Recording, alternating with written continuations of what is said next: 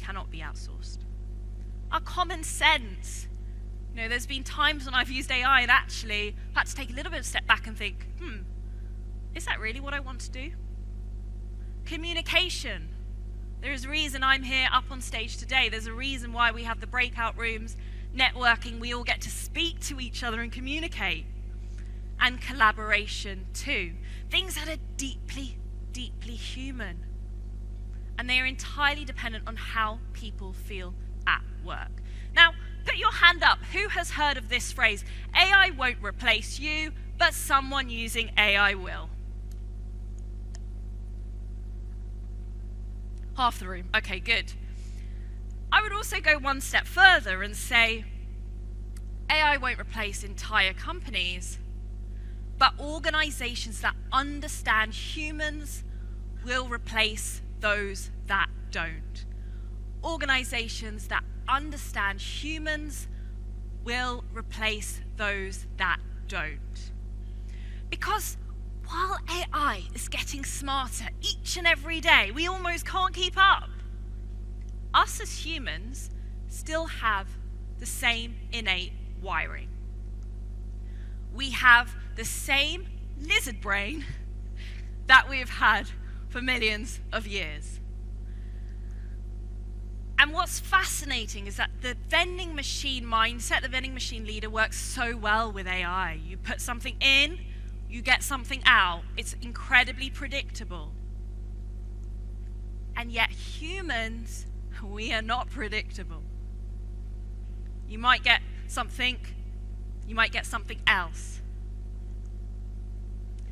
Daniel Kahneman, one of the grandfathers of behavioral science, helps explain this a little bit more. Human beings fundamentally have two sides of our brain. Our system 1 brain, which is emotional, intuitive, fast, and our system 2 brain, which is more slow, rational, analytical, and deliberate. Now, what's interesting is that most of us will respond through our system 1 brain. And a good way of explaining this is telling a child, please do not touch this stove, it is hot. It's actually probably one of the worst things you can say to the child, because intuitively their system 1 brain will want to touch it. They're curious. They're like, why? I want to investigate this for myself. Even if their system 2 brain understands literally what you mean. And yet, in organizations, we're often designing for the system 2 brain.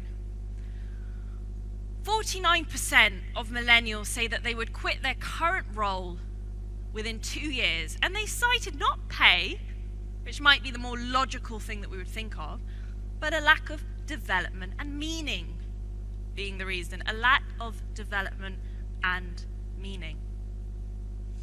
And a study by Harvard looked at what is it that motivates individuals?